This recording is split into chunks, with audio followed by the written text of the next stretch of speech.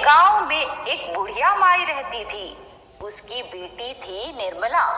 वह पास के फूलों के बगीचे से फूल लेकर बेचती थी, जिससे गुजर बसर हो जाता था।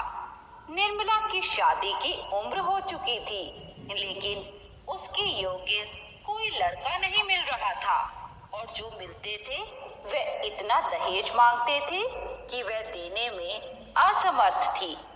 एक दिन उनके घर एक साधु बाबा आए और उन्होंने कहा, बेटी, हम बहुत दूर से आए हैं और भूखे हैं, क्या हमें भोजन मिल सकता है?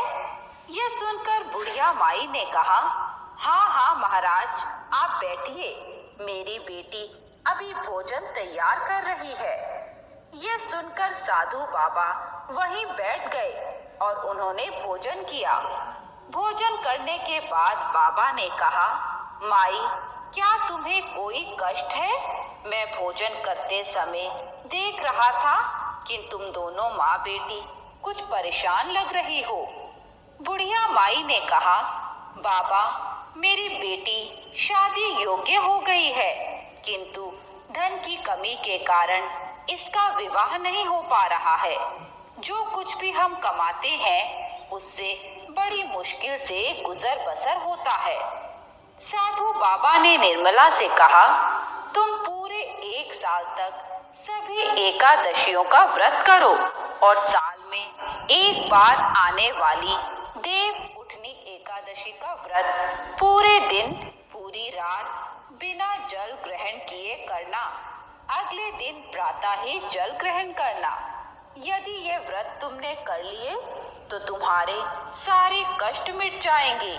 यह कहकर साधु बाबा चले गए। निर्मला ने ऐसा ही किया। पूरे वर्ष वह प्रत्येक एकादशी का व्रत करने लगी। वह शाम को भगवान विष्णु को भोग लगाकर अपना व्रत खोलती थी। धीरे धीरे उनके दिन बदलने लगे। फूलों को बेचने का काम अच्छा चलने लगा और उन्होंने काफी पैसे इकट्ठे कर लिए। इसी तरह देव उठनी एकादशी का दिन आया। निर्मला ने बड़े मन से व्रत रखा। पूरे दिन जल ग्रहण नहीं किया।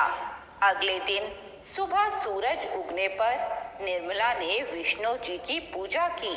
वह जल चढ़ाया। उसके बाद दोनों माँ बेटी मंदिर गई। निर्मला बहुत खुश थी क्योंकि उसने साधु बाबा के कहे अनुसार सभी व्रत पूरे किए। जब वह मंदिर से वापस आने लगी तो मंदिर की सीढ़ियों पर निर्मला की माँ की सहेली मिल गई। उन्होंने कहा, मेरा एक बेटा है जिसके लिए मैं योग्य कन्या ढूंढ रही हूँ। बातों बातों में उन्होंने निर्मला को पसंद कर लिया। निर्मला की शादी बिना दहेज के तय हो गई।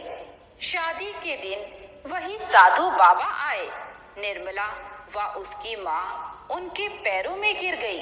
साधु बाबा ने कहा, भगवान विष्णु जी की भक्ति का फल अवश्य मिलता है। इसी तरह भगवान की सेवा में जीवन अर्पण कर दो। तुम्हारे सारे कष्ट प्रभु स्वयं दूर कर देंगे। निर्मला व उसकी माँ ने साधु बाबा से खाना खाने का आग्रह किया। तब साधु बाबा ने कहा, मेरा भोजन तो देव उठनी एकादशी व्रत पूरा करके जो तुमने जल चढ़ाया था उसी से हो गया। ये कहकर वह साधु बाबा वेश बदलकर भगवान विष्णु के रूप में प्रकट हो गए। उन्हें देखकर दोनों माँ बेटी को होश ही नहीं रहा।